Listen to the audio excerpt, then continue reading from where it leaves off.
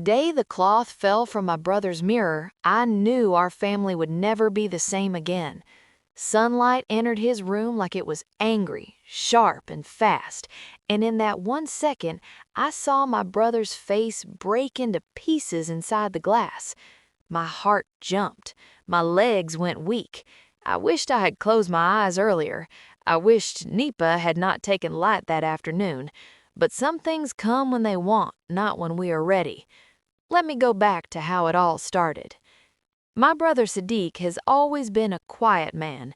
Since we were young, he talked less than others. Even when our parents were alive, he preferred sitting alone, thinking, looking at nothing in particular. After he retired from work, he moved into a small room inside a compound at Oke Afa. It was not a fine place, but it was clean and peaceful. That was how he liked his life. Clean, quiet, no stress. But inside that room was one strange thing everybody noticed. One tall mirror leaning against the wall, always covered with an old Ankara wrapper. The wrapper was faded, with flowers that had lost their color. The mirror stayed there like a dead body nobody wanted to talk about. Anytime anybody came into his room, he would say, "Please do not touch that side." Even when I came to help him clean, he would remind me again and again. He never shouted, he never explained. He would just say, "Leave it like that." At first, I thought maybe the mirror was broken. Later, I thought maybe it was something spiritual. People in the compound had their own stories. Some said Sadiq was hiding charm. Some said he once saw something inside the mirror that followed him. I did not believe all that. He was my brother. I knew him. But still, the way he guarded that mirror made me uneasy. Anytime my son Farouk followed me to his room, I warned him strictly. I told him never go near that mirror. Children are curious, and curiosity can bring trouble. Farouk asked me once why Uncle Sadiq did not like mirrors. I told him some adults have things they do not want to remember. Sadiq did not attend many family events, weddings, naming ceremonies, even simple birthdays. He always found an excuse. When he showed up, he stayed small and left early. People stared at him sometimes, not because he was dirty or rude, but because his face looked like a man who had fought life and lost. Deep scars crossed his cheeks. One side of his face pulled more than the other. When he smiled, it looked painful. I wanted to ask him many times what happened, but each time I opened my mouth, fear closed it. Some questions, once asked, cannot be taken back. That afternoon, when I entered his room to help him clean, I did not know silence was about to break. I did not know that the mirror, the cloth, the light, and my own eyes were about to tell me the story my brother had been hiding for years. Nipa took light that afternoon without warning. One moment the fan was turning, the next moment it stopped like it was tired of breathing. Heat filled the room. I pushed the window wider so air could enter. Sunlight rushed in strong and fast, touching everything like it was searching for something hidden. Sadiq was not in the room. He had stepped out to buy bread. It was just me and Farouk. I told Farouk to sweep the floor gently and not to go near the mirror. He nodded, but his eyes kept moving to the side of the room where the covered mirror stood quietly. As I bent down to arrange some clothes, wind entered from the window. It was small, but it was enough. The edge of the Ankara wrapper lifted, not fully, just a little, but little was enough. Farouk stopped sweeping. I felt something change in the room, like the air had become heavy. I turned slowly, my heart already beating faster even before my eyes reached the mirror. What I saw made my breath catch inside my chest. The mirror was cracked. Not one crack, many cracks. Lines ran across the glass like dry ground during Harmattan. Inside it was my brother's face, broken into pieces. One part of his face sat higher than the other. His eye looked tired and bent, his mouth pulled to one side like it was struggling to stay in place. It was Sadiq, but it was also not Sadiq. I covered my mouth with my hand. Farouk took one step back. He did not scream, he just looked confused and scared at the same time. I rushed forward and pulled the cloth back over the mirror with shaking hands. At that moment, Sadiq entered the room. He stopped when he saw my face. He dropped the nylon with bread on the floor. His eyes went straight to the mirror. He knew. He did not ask questions. He just moved fast and held the cloth tightly, pressing it to the wall like he was trying to push the mirror back into the ground. His hands were shaking. I had never seen my brother shake like that. "Why did you open it?" he asked, his voice low but sharp. I tried to speak, but my throat was dry. I told him the wind did it. I told him it was not on purpose. Farouk stood still, looking at his uncle with wide eyes. Sadiq sat down on the bed slowly. His shoulders dropped. He looked smaller, like the weight he had been carrying had finally bent his back. He covered his face with his palms and stayed quiet for a long time. I told Farouk to step outside. When the door closed, the room felt even smaller. The covered mirror stood in the corner, silent, like it had finished its work. I asked Sadiq why the mirror was like that. I asked him why he kept it if it hurt him so much. He did not answer immediately. When he finally spoke, his voice sounded tired. "That mirror shows me the day I ruined my life," he said. I felt tears enter my eyes before I could stop them. I told him mirrors break and people move on. I told him life does not end because of scars. He looked up at me then, anger and pain mixing together on his face. He said some scars are not on the skin. Some scars wake you every morning and sit with you at night. He turned his face away from me. The room went quiet again. Outside, children were laughing and running. Inside, my brother was fighting a past he had refused to bury. That evening, after Farouk had gone home with his father, I stayed back in Sadiq's room. I did not want to leave him alone with his thoughts. The room smelled of sweat and dust. The mirror stayed in its corner, fully covered now, like a child that had been punished and told to face the wall. Sadiq lay on the bed facing the other side. His back was to me. I could tell he was not sleeping. His body was still, but his mind was moving fast. I sat on the small wooden chair and waited. Sometimes silence is the only way to let truth come out. After a long time, he spoke.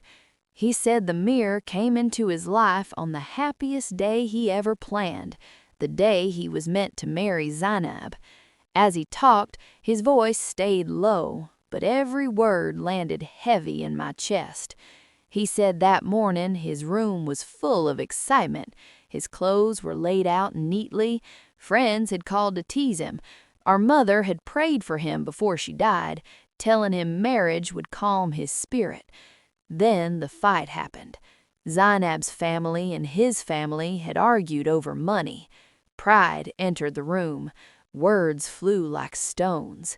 Sadiq said he felt small and disrespected. He came into his room angry, shaken. That was when he looked at himself in the mirror. He did not like the face he saw. He said the anger on his face scared him. Instead of walking away, he lifted his hand and hit the mirror with all his strength. The glass broke loudly. Pieces flew everywhere. One piece cut his cheek deeply. Another cut close to his eye. Blood filled his mouth. He fell to the ground screaming. As Sadiq talked, he touched his scars slowly, like he was counting them. He said people rushed him to the hospital.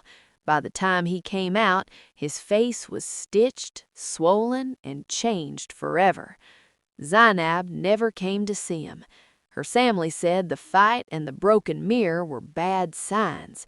They said a man who could hurt himself in anger could hurt a woman too. They returned his gifts. The wedding was canceled without a proper goodbye. I felt pain twist inside me. I remembered Zainab. She was gentle. She used to laugh softly. I also remembered Sadiq before that day. He was not a bad man, just a man who did not know how to hold his anger. Sadiq said when he returned home after healing, the first thing he saw was the mirror. He fixed it back because throwing it away felt like lying to himself. He said he needed to see the damage he caused. but looking at it every day broke him slowly. Neighbors stared, children asked questions. Some laughed, some feared him. He stopped attending gatherings. He stopped smiling fully.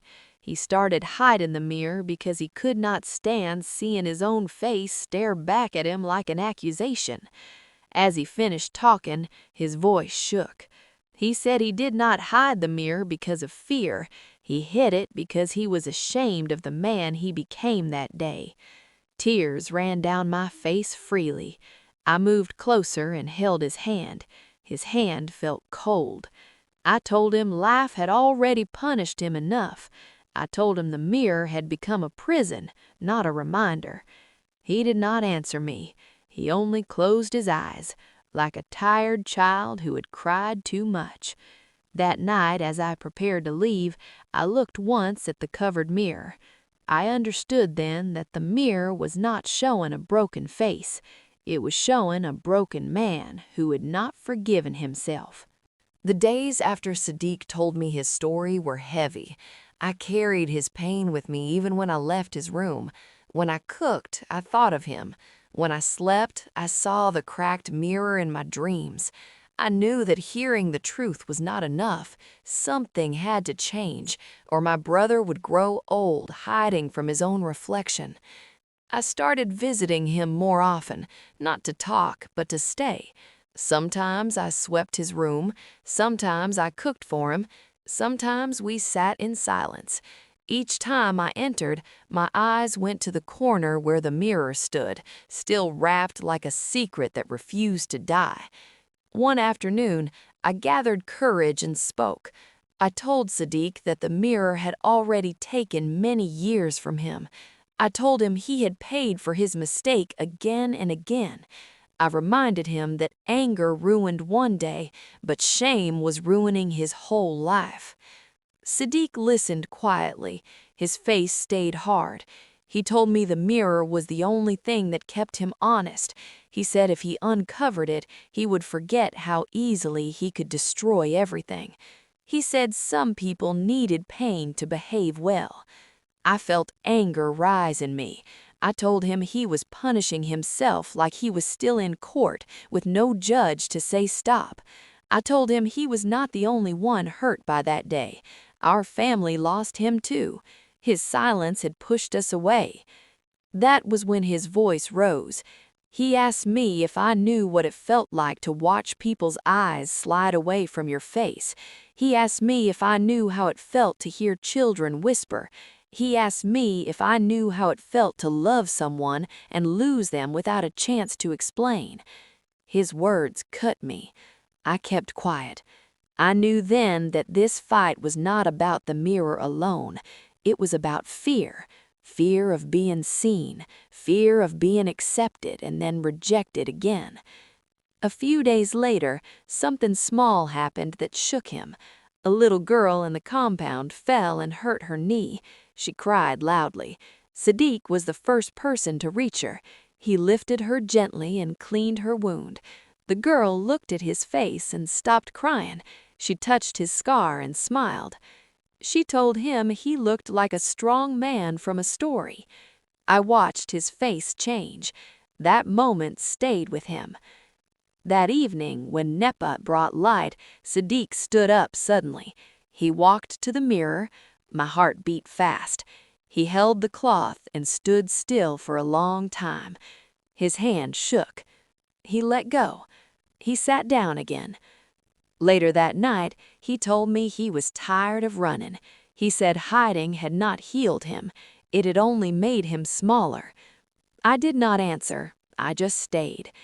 The next morning, when I came back, the cloth was still on the mirror, but it was folded neatly this time, not thrown carelessly. It felt like a sign. For the first time since that afternoon, I believed my brother might be ready to face himself, even if it hurt. The mirror had not changed, but Sadiq was starting to.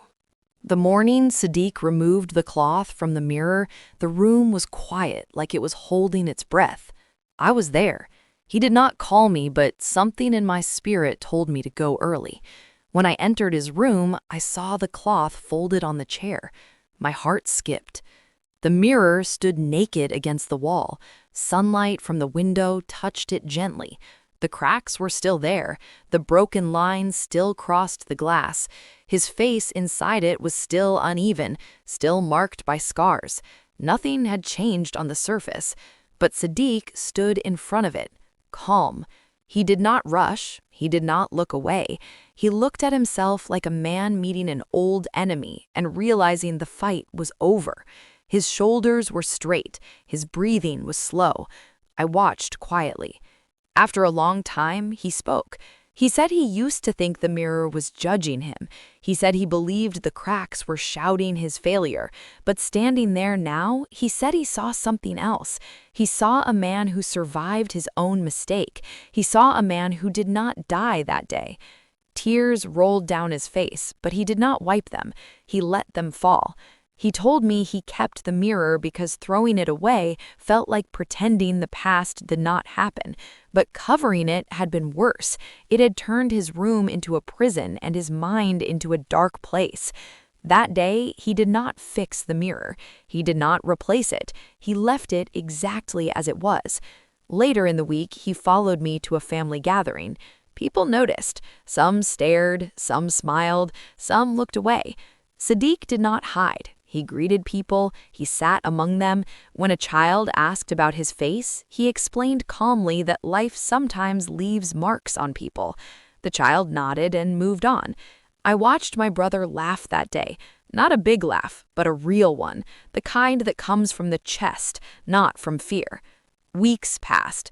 Sadiq began to attend naming ceremonies again. He stayed longer, he talked more. The mirror remained uncovered in his room. Sometimes I caught him standing in front of it, not to judge himself, but to remind himself that he was still here. One evening, he surprised me. He said he was thinking of letting go of the mirror, not because he hated it, but because he no longer needed it to punish himself. He said he had learned the lesson already. I told him he could do whatever gave him peace. The last time I visited his room, the mirror was gone. In its place was a small framed photo of our parents. The wall looked empty, but the room felt lighter. As I stepped outside, I understood something clearly. The mirror did not destroy my brother. The day he chose to forgive himself, he finally became whole, even with the cracks life left behind.